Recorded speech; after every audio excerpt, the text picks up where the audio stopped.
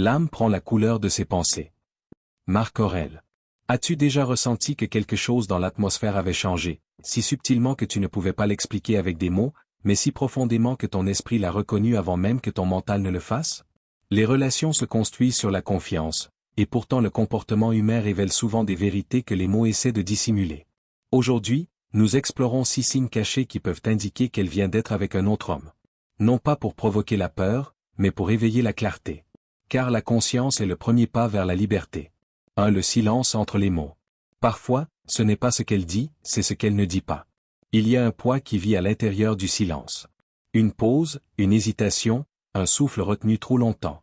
Quand tu lui parles et qu'elle évite ton regard, la pièce elle-même semble différente. Ces silences deviennent plus lourds que ces phrases, comme si chaque mot tu étais chargé de 1000 vérités inavouées. Et toi, debout, à l'écouter, tu commences à sentir que la conversation n'est pas dans ce que tu entends, mais dans ce qui reste suspendu entre les mots. Khalil Gibran a écrit, « Entre ce qui est dit sans être pensé et ce qui est pensé sans être dit, la plus grande partie de l'amour se perd. » Réfléchis un instant. Combien de ton couple, de ta connexion, s'est construite non pas à travers des déclarations d'amour, mais dans les silences après les disputes, dans les mots avalés qui auraient dû être avoués, dans ces longues pauses où la confiance s'est fissurée mais où personne n'a osé la nommer? Le silence peut être un sanctuaire, un lieu de sécurité, un jardin paisible où deux êtres se reposent ensemble. Mais le silence peut aussi être un voile. Derrière lui, la culpabilité se cache, la honte respire, et les secrets grandissent comme des ombres qui s'étirent dans la nuit. As-tu déjà remarqué comme le silence change de forme? Il y a le silence du réconfort quand elle est allongée à côté de toi, respirant calmement, sans qu'aucun mot ne soit nécessaire parce que la présence suffit. Puis il y a le silence du retrait, celui qui ressemble à un mur invisible mais impénétrable. Et enfin, il y a le silence de la dissimulation, où chaque mot retenu agit comme un bouclier protégeant une vérité que tu n'es pas censé découvrir. Mais la question est, écoutes-tu seulement ces mots, ou entends-tu aussi les espaces silencieux qu'ils cherchent à recouvrir? Pense à la dernière fois où elle t'a répondu vite, presque trop vite, la voix ferme mais les yeux fuyant ailleurs. Pense à la façon dont parfois sa voix s'éteint en plein milieu d'une phrase, comme si la finir risquait de dévoiler quelque chose de plus profond. C'est le langage du silence. Il ne crie pas. Il ne s'annonce pas. Il existe, simplement.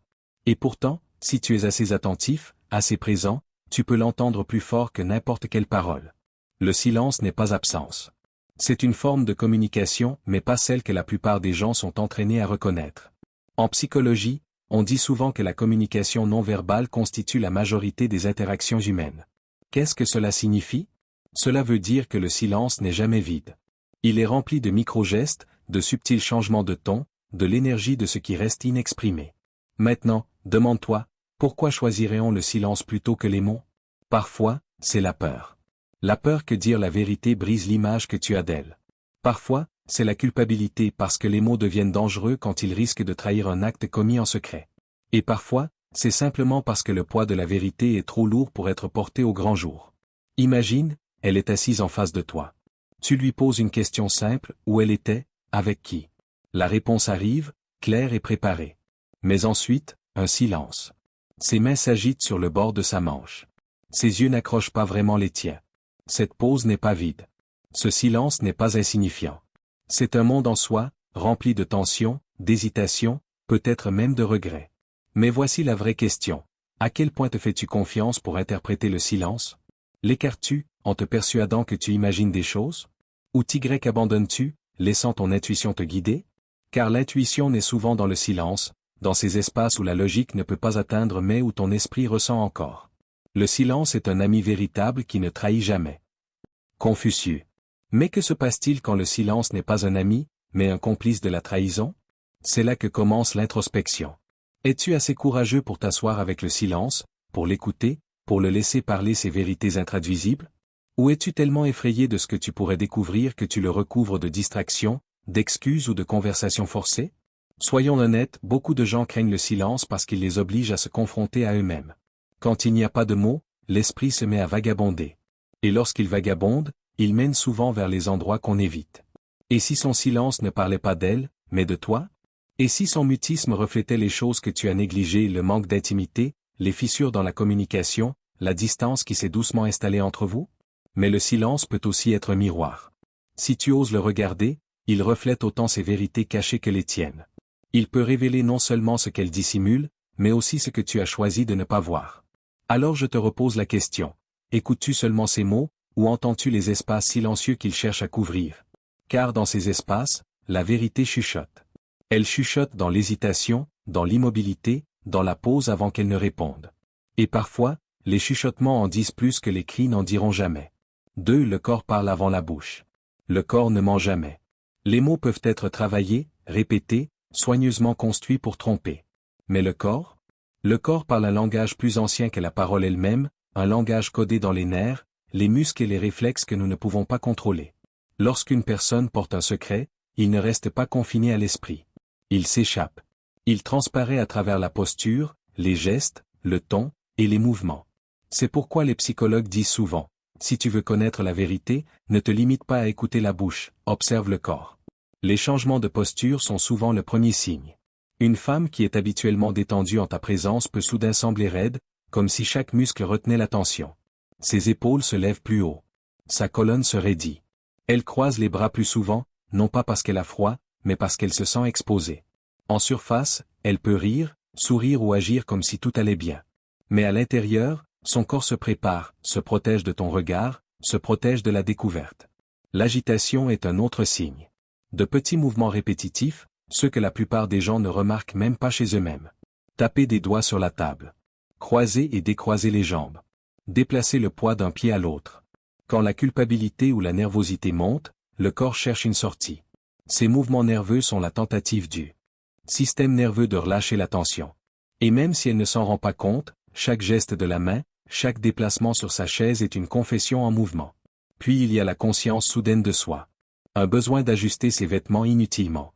Refaire sa coiffure encore et encore. Toucher son collier ou tirer sur ses manches. Ce ne sont pas des habitudes aléatoires, ce sont des micro-rituels d'auto-apaisement. Le corps humain fait cela instinctivement quand il se sent observé ou jugé.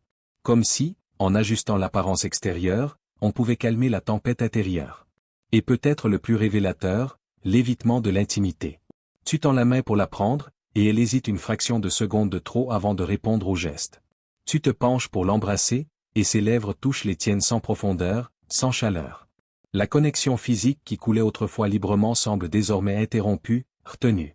Quand le corps se retire de la proximité, c'est souvent parce que celle-ci est devenue compliquée, alourdie par la culpabilité ou le souvenir du toucher d'un autre. Les psychologues rappellent quelque chose de profond. Les micro-expressions ne mentent jamais. Ce sont des expressions faciales fugitives et claires de peur, de mépris ou de tristesse, qui apparaissent une fraction de seconde avant que le cerveau conscient ne les masque par un sourire ou un visage neutre. Si tu as déjà surpris quelque chose d'étrange dans ses yeux, quelque chose qui disparaît presque aussitôt qu'il apparaît, tu as peut-être été témoin de l'une de ces micro-expressions. Ce sont les empreintes du subconscient. Réfléchis grec. Quand as-tu réellement observé son visage pour la dernière fois?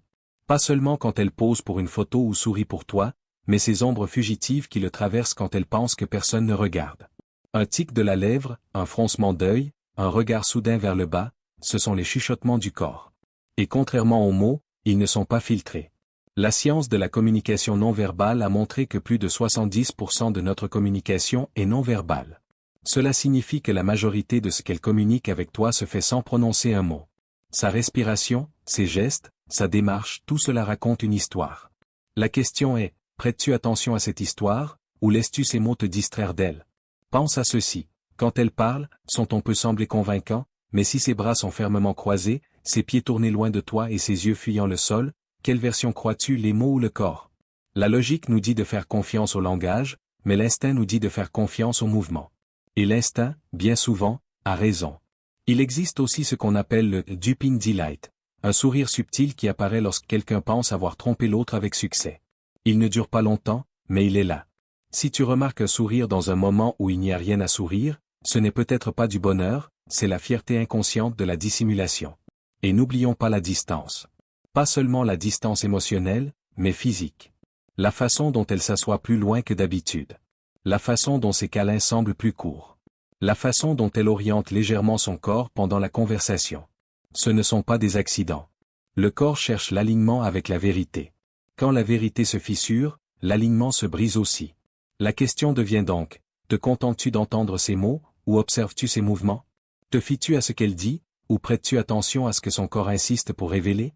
Parce que chaque geste, chaque pause, chaque ajustement inconscient est une donnée. C'est une preuve. C'est le corps qui crie dans un langage qu'il ne peut pas taire. La seule question est, es-tu assez fluide pour le comprendre? 3. L'énergie changeante. L'énergie ne peut pas être feinte. Lorsque deux corps se connectent, ils échangent plus que de la chair, ils échangent présence, rythme, vibration. On ne le voit pas toujours, mais on le ressent, comme on sent le soleil sur sa peau ou la tempête avant la première goutte de pluie. Chaque contact, chaque étreinte laisse une trace, une empreinte qui persiste bien après que le moment soit passé. Si elle revient avec une aura qui semble étrangère, presque empruntée, cela pourrait être le résidu du toucher d'un autre. Et c'est cela, plus que n'importe quel mot ou geste, qui réveille ton intuition. On peut ressentir l'énergie de quelqu'un, même dans le silence. Ferme les yeux. Ressens, ne réfléchis pas. Laisse ton esprit se mettre de côté un instant. Que te dit sa présence au-delà des mots, au-delà des gestes? Quand elle entre dans la pièce, l'atmosphère change-t-elle? Quelque chose en toi se tend-il, comme pour se protéger? Ou quelque chose en toi s'adoucit-il, comme pour accueillir une lumière? L'énergie est le fil invisible de la connexion humaine. Les amants se connaissent souvent non par les mots échangés, mais par le pouls de la présence, la façon dont leur souffle s'accorde, la manière dont le silence semble vivant entre eux. Quand cette énergie change, quand elle devient incohérente, plus froide ou étrangement agitée, tu le remarques, même si tu ne veux pas l'admettre. La vérité, c'est que le corps peut mentir, la bouche peut mentir, mais l'énergie jamais. L'énergie porte la mémoire. Elle porte la vibration d'un toucher, l'intensité du désir, la douceur de la tendresse. Elle porte ce qui a été vécu, même si personne n'en parle. Quand elle revient vers toi et que son énergie semble modifiée, c'est parce qu'elle a partagé cette fréquence avec un autre. Il ne s'agit pas de paranoïa. Il ne s'agit pas de suspicion. Il s'agit de réceptivité. As-tu déjà pénétré dans une pièce après qu'une dispute ait eu lieu, sans même savoir ce qui a été dit, senti le poids dans l'air? C'est l'empreinte de l'énergie. Il en va de même avec les personnes. Quand quelqu'un porte l'essence d'un autre, elle s'accroche à lui comme un parfum, subtil mais indéniable. L'énergie parle d'une manière que les mots ne pourront jamais. Tu la ressens dans son toucher. Peut-être que son étreinte semble distraite, comme si ses bras étaient avec toi mais son esprit ailleurs. Tu la ressens dans son baiser, quand la passion semble mécanique, comme si elle rejouait un rituel ancien dépourvu d'âme. Tu la ressens dans son regard, quand ses yeux croisent les tiens mais que la profondeur qui s'y cache a changé, comme une pièce que tu connaissais et qui a été réarrangée sans ton accord. Certains appellent cela intuition. Certains l'appellent le sixième sens. Mais ce que c'est réellement, c'est la présence. Ton être est câblé pour détecter l'harmonie et la disharmonie. Quand l'énergie entre toi et elle n'est plus synchronisée, ton esprit le sait. Il le sait avant que ton mental ne rattrape. Il le sait avant que les preuves n'apparaissent. L'énergie que tu ressens est réelle. Fais-lui confiance. Ferme les yeux maintenant. Imagine-la à tes côtés. Retire ses mots, retire ses actions. Ressens-la simplement. Qu'est-ce qui émane d'elle? Chaleur? Ouverture?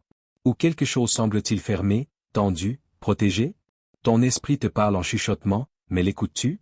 Parce que l'énergie ne peut pas être cachée. Elle s'infiltre dans les plus petits gestes, les pauses dans la conversation, la manière dont quelqu'un traîne ou se précipite.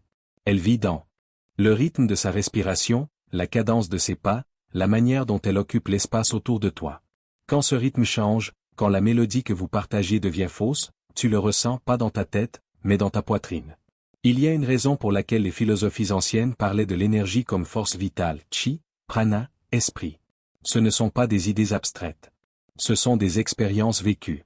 Quand deux personnes se rejoignent, elles fusionnent non seulement physiquement mais spirituellement. Et cette fusion laisse une impression, comme des empreintes digitales sur l'âme. Quand elle porte le toucher d'un autre en elle, son aura n'est plus la même. L'as-tu ressenti? Ce soudain sentiment de déconnexion, quand quelqu'un que tu aimes semble à la fois proche et incroyablement lointain? Quand la pièce est remplie de sa présence, mais qu'une part essentielle d'elle est absente? Ce n'est pas de l'imagination. C'est ton esprit qui détecte la dissonance. Le poète Rumi a dit un jour, essaie d'accepter les saisons changeantes de ton âme, même si les vents du changement emportent les feuilles de ton confort. Peut-être que ce que tu ressens est exactement cela, le vent du changement, portant avec lui une présence qui ne t'appartient pas. Alors je te demande, prêtes-tu attention au changement d'énergie, ou tentes-tu de faire taire l'intuition conçue pour te protéger? Permets-tu à cette aura étrangère de passer inaperçue, en faisant semblant que cela n'a pas d'importance? Ou es-tu assez courageux pour ressentir ce qui est vraiment là, même si cela fait mal? Parce qu'en fin de compte, la vérité ne se trouve pas toujours dans les mots qu'elle prononce, ni dans le sourire qu'elle affiche, ni même dans les gestes qu'elle fait. La vérité vit dans l'énergie qu'elle porte.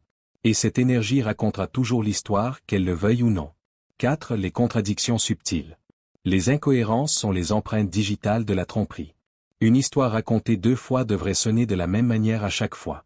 Mais si les détails changent, si les lignes du temps deviennent floues, si ces explications semblent répétées mais fragiles, fais attention. La vérité a du poids, de la solidité. Les mensonges, en revanche, sont fragiles.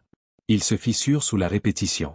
Le philosophe Aristote avertissait, la moindre déviation de la vérité sera multipliée plus tard. Autrement dit, même la plus petite distorsion finit par se transformer en contradiction. Les mensonges ne naissent presque jamais entiers. Ils sont cousus ensemble, morceau par morceau, en réponse au doute. Chaque morceau crée de nouvelles incohérences, comme des fissures qui s'étendent sur le verre. Imagine ceci, tu lui demandes où elle était hier soir. Elle te dit qu'elle était sortie avec des amis. Simple, clair. Mais plus tard, quand tu le mentionnes de nouveau, les détails ont changé. D'abord, c'était un dîner au restaurant, puis des verres chez quelqu'un.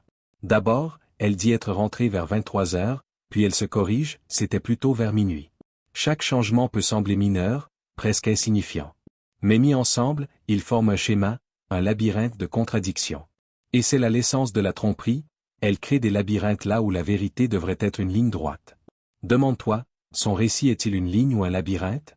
L'esprit rationnel prospère sur la cohérence. C'est pourquoi, dans les tribunaux, les témoignages sont vérifiés par contre-interrogatoire. La vérité peut être répétée sans crainte. Les mensonges, eux, peinent sous le contrôle. Ils nécessitent mémoire, répétition et improvisation. Et l'esprit humain n'est pas conçu pour gérer longtemps des fabrications. À un moment, les fissures apparaissent. Observe le ton avec lequel elles s'expliquent. Est-il calme, stable, confiant? Ou semble-t-il scripté, comme si elle avait répété ces mots dans sa tête avant de les prononcer? Souvent, les menteurs ajoutent des détails inutiles surcompensant, comme si la précision seule pouvait compenser le manque de vérité.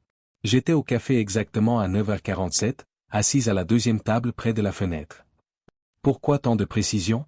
Parce que les coupables croient que la précision équivaut à la crédibilité. Mais ironiquement, cet excès de détails révèle l'insécurité.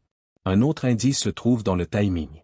Lorsqu'on pose une question simple, la réponse vraie jaillit souvent immédiatement. Mais lorsqu'il y a tromperie, il y a hésitation, une micro-pause pendant que le cerveau s'active pour construire la bonne réponse. Ces pauses, bien que brèves, sont des fenêtres sur l'esprit en action, façonnant l'illusion plutôt que rappelant la mémoire. Considère sa réaction lorsqu'on la pousse davantage. Se met-elle rapidement sur la défensive? L'irritation surgit-elle, comme si tes questions étaient le vrai crime? La colère devient alors un bouclier. Il est plus facile de t'accuser de paranoïa que de maintenir une ligne temporelle fabriquée. Le détective en toi doit prêter attention non seulement à ce qu'elle dit, mais aussi au silence, aux hésitations, aux contradictions. Si lundi elle dit avoir laissé son téléphone dans la voiture, mais mercredi affirme avoir envoyé des messages à une amie pendant ce même moment, tu as découvert une faille. Si elle insiste sur le fait qu'elle était épuisée en rentrant, mais se souvient plus tard avoir regardé un film tard dans la nuit, tu as découvert une autre incohérence. La vérité est cohérente parce qu'elle n'a qu'une seule version. Les mensonges nécessitent un entretien car ils inventent plusieurs versions. Et à chaque nouvelle version, la probabilité d'être découvert augmente. En psychologie, il existe le concept de charge cognitive, l'effort mental requis pour maintenir une tromperie. Plus la charge est élevée, plus le risque d'erreur est grand. Voilà pourquoi les menteurs se contredisent. Ils ne peuvent pas suivre tous les fils qu'ils ont tissés. À la fin, les fils s'en mêlent. Mais le danger réside dans ta propension à ignorer ces enchevêtrements. Les humains recherchent le confort. Nous voulons que les histoires de ceux que nous aimons aient du sens, car l'alternative est douloureuse. Alors, quand les incohérences apparaissent, nous les expliquons, elle devait être fatiguée. Elle a dû se tromper. Je dois trop réfléchir. Mais chaque fois que tu passes sur une contradiction, tu deviens complice de l'illusion. Demande-toi, suis-tu une ligne ou te perds-tu dans un labyrinthe? Son récit est-il clair et stable, ou change-t-il comme du sable sous tes pieds? Souviens-toi, la tromperie ne crie pas toujours. Parfois, elle chuchote, dans de petits changements, dans des contradictions subtiles, dans la dissonance entre ce qui a été dit hier et ce qui est dit aujourd'hui. Ta tâche n'est pas d'accuser, mais d'observer. De garder le récit en tête et de remarquer s'il fléchit ou reste ferme. Un détective ne juge pas à la hâte. Il écoute. Il compare. Il se souvient. Il attend. Et dans l'attente, la vérité finit par se révéler, non parce qu'on l'a forcé, mais parce que les mensonges ne peuvent supporter le poids du temps. Alors écoute attentivement. Pas seulement les mots, mais les espaces entre eux. Pas seulement l'histoire elle-même, mais la façon dont elle change lorsqu'elle est racontée de nouveau. Dans ces contradictions subtiles, la clarté commence à émerger. Et la clarté, bien qu'elle soit souvent douloureuse, est la porte de la vérité. 5. La distance dans l'intimité. L'intimité, ce n'est pas seulement les corps, c'est une connexion des cœurs. Tu peux coucher avec quelqu'un, l'embrasser, l'enlacer, mais si l'âme est absente, si le cœur est ailleurs, alors la proximité devient une illusion. Si son toucher semble absent, ses baisers précipités, son affection étrangement mécanique, alors la présence a été remplacée par la performance. Elle est là en apparence, mais pas en esprit. As-tu déjà tenu quelqu'un dans tes bras et senti des océans de distance entre vous? C'est le paradoxe de la trahison cachée. Ce n'est pas toujours l'absence de contact qui blesse le plus, c'est la présence d'un contact qui semble vide, creuse, étrangère. C'est l'amour qui a perdu sa profondeur mais qui porte encore le masque de la routine. Anaïs Nin a écrit, « Nous ne pouvons jamais vraiment toucher un autre jusqu'à ce que nous soyons honnêtes avec nous-mêmes. » Réfléchis grec. Que se passe-t-il lorsque quelqu'un offre son toucher, mais pas sa vérité? Que se passe-t-il lorsque la peau se rencontre, mais que l'âme se retire? Ce que tu ressens à ce moment-là n'est pas de l'intimité, c'est son écho. Il existe une qualité de l'intimité véritable qui ne peut être feinte.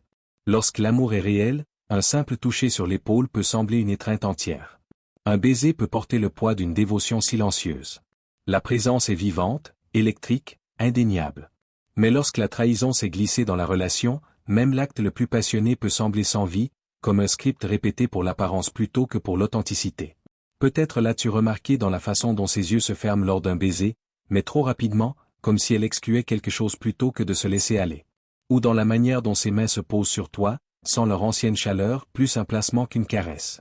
Peut-être dans la manière dont son corps repose à côté du tien au lit, mais légèrement incliné, comme si son esprit était déjà ailleurs.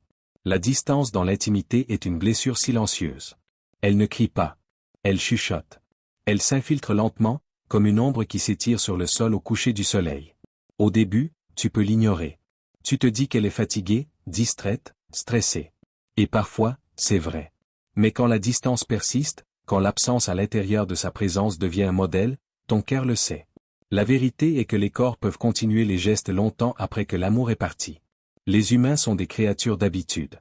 Elle peut encore t'enlacer, encore t'embrasser, encore te dire bonne nuit comme toujours. Mais sous le rituel, quelque chose d'essentiel manque. Et ton âme le ressent, même si ton esprit refuse de l'admettre. Considère l'intimité comme de la musique. Quand les deux partenaires sont présents, la mélodie est fluide, harmonieuse. Mais quand l'un se retire, quand l'un joue seulement par obligation, la chanson faiblit. Les notes peuvent encore résonner, mais le rythme ne te touche plus. Et parfois, le silence entre ces notes en dit plus que la musique elle-même. L'as-tu ressenti? La façon dont un baiser peut faire mal, non pas pour ce qu'il donne, mais pour ce qu'il retient? La façon dont un câlin peut sembler plus un acte de clôture qu'une connexion? La façon dont son « je t'aime » semble le même, mais ne porte plus la résonance qu'il avait autrefois? Ce ne sont pas des détails insignifiants. Ce sont des signaux subtils, douloureux que la présence est devenue performance. Que l'intimité que vous partagez a été fracturée par des vérités non dites. Il est facile de rejeter ces changements comme de la paranoïa, de faire taire ton intuition au nom de la paix. Mais souviens-toi, ton corps reconnaît la distance émotionnelle avant que ton esprit ne le fasse. La douleur dans ta poitrine lorsque ces baisers manquent de passion, le vide que tu ressens quand elle est allongée à côté de toi sans chercher à te toucher, ce ne sont pas des inventions. Ce sont des alarmes. Qu'est-ce que l'intimité sans honnêteté? Qu'est-ce que le toucher sans vérité? Une coquille. Une performance. Une pièce jouée sur la scène du corps, pendant que l'âme se cache derrière le rideau. Et pourtant, cette distance rend la trahison si cruelle. Parce que la trahison ne se manifeste pas toujours par l'absence, elle se cache parfois dans la présence. Elle peut encore être à côté de toi, encore murmurer des mots familiers, encore jouer le rôle de la proximité. Mais sous la surface, elle a déjà dérivé. Alors je te demande, quand tu la tiens, la sens-tu vraiment, ou te contentes-tu de la toucher? Quand elle te regarde, ses yeux se posent-ils dans les tiens, ou vacillent-ils ailleurs, portant le poids d'un autre souvenir? Quand elle murmure « je t'aime », crois-tu au son, ou ressens-tu le silence qui vit en dessous? Parce que l'intimité ne consiste pas à presser des corps l'un contre l'autre. Elle consiste à entrelacer des âmes. Et lorsque la trahison entre dans l'espace, cet entrelacement se défait, laissant derrière lui des gestes qui ressemblent à de l'amour mais qui sentent l'absence. 6. Le poids de l'implicite. Enfin, observe son esprit. Les mots peuvent être habillés, répétés, poli jusqu'à briller d'une facilité convaincante. Mais l'esprit ne peut pas porter de déguisement longtemps. La culpabilité est lourde, et bien que la langue tente de la masquer, l'âme se plie sous son poids. Si tu observes attentivement, non seulement avec tes yeux, mais avec tout ton être, tu le verras. Tu le sentiras. Parfois, la culpabilité se manifeste de façon qui semble contradictoire. Elle peut devenir excessivement défensive, sans porter au moindre questionnement, comme si ta curiosité elle-même était un crime. Ou elle peut aller dans l'autre sens, devenant soudainement attentive, te couvrant d'affection qui semble forcée, exagérée, presque trop. Et puis, il y a le changement le plus troublant de tous, la distance. Ce retrait silencieux, où sa présence semble étouffée, son rire répété, son esprit inaccessible même lorsqu'elle se tient devant toi. Rumi a écrit, « Ce que tu cherches te cherche ». Réfléchis à cela. La vérité que tu poursuis ne se cache pas de toi, elle t'attire pas à pas, par des indices, par des signes, par la douleur silencieuse dans ta propre poitrine. Ton intuition n'est pas ton ennemi. Elle est ton guide. Alors demande-toi, ce que tu ressens est-ce de la paranoïa, ou de l'intuition? Il existe une fine ligne entre les deux. La paranoïa invente des ombres là où il n'y en a pas. L'intuition, elle, perçoit l'ombre bien avant qu'elle ne prenne forme. La différence réside dans ta quiétude. Quand tu es anxieux, agité, désespéré, tu imagines des choses. Mais quand tu es calme, silencieux, à l'écoute profonde, ce que tu ressens est réel. As-tu remarqué comment ton corps réagit quand quelque chose ne va pas? La tension dans ta poitrine. La lourdeur dans ton estomac. La façon dont tes pensées reviennent, encore et encore, au même endroit inconfortable. Ce ne sont pas des accidents. Ce sont des signaux. Ton âme te chuchote des vérités que ton esprit a trop peur de nommer. Le poids de l'implicite ne se porte pas dans les mots, il se porte dans l'atmosphère. Dans le fait que son sourire s'éteint une fraction de seconde trop tôt. Dans la façon dont sa voix tremble sur des mots qui devraient être naturels. Dans la façon dont son rire semble être un masque, beau mais fragile. Tu peux le ressentir parce que l'âme ne ment pas, même quand la bouche le fait. Mais voici la question plus profonde. Es-tu prêt à entendre la vérité que ton âme connaît déjà? Parce que souvent, ce n'est pas que nous ne voyons pas, c'est que nous refusons de voir. Nous remarquons les signes. Nous entendons les silences. Nous sentons la distance. Et pourtant, nous recouvrons tout d'espoir, car la vérité est plus lourde que l'illusion. La reconnaître implique le changement, la confrontation, la perte. Alors nous procrastinons. Nous faisons taire notre intuition au nom du confort. Mais le déni est une souffrance en soi. Vivre avec une vérité non dite, c'est porter deux poids. Le poids de la trahison et le poids de faire semblant qu'elle n'existe pas. Lequel est le plus lourd? Lequel dure le plus longtemps? Les philosophes disent depuis des siècles que la vérité est à la fois blessure et remède. Elle coupe, mais elle guérit aussi. Voir clairement peut briser ton cœur, mais cela libérera aussi ton esprit du fardeau sans fin du doute. Et parfois, la liberté ne réside pas dans la découverte de quelque chose de nouveau, mais dans l'acceptation de ce que tu savais déjà depuis toujours. Regarde son esprit. Brille-t-il d'ouverture, ou vacille-t-il dans la dissimulation? Ses mots s'alignent-ils avec son essence, ou ressemblent-ils à des vêtements trop petits pour le corps qui les porte? Est-elle devenue plus vivante à tes côtés, ou plus retirée, plus chargée, plus distraite? Ce ne sont pas de petites observations. Elles sont la carte de l'implicite. Alors, la question se tourne vers l'intérieur, que choisis-tu? Continuer à chercher des assurances dans les mots, ou faire confiance à la résonance de ton propre esprit? T'accrocher au confort du doute, ou affronter la clarté de l'intuition?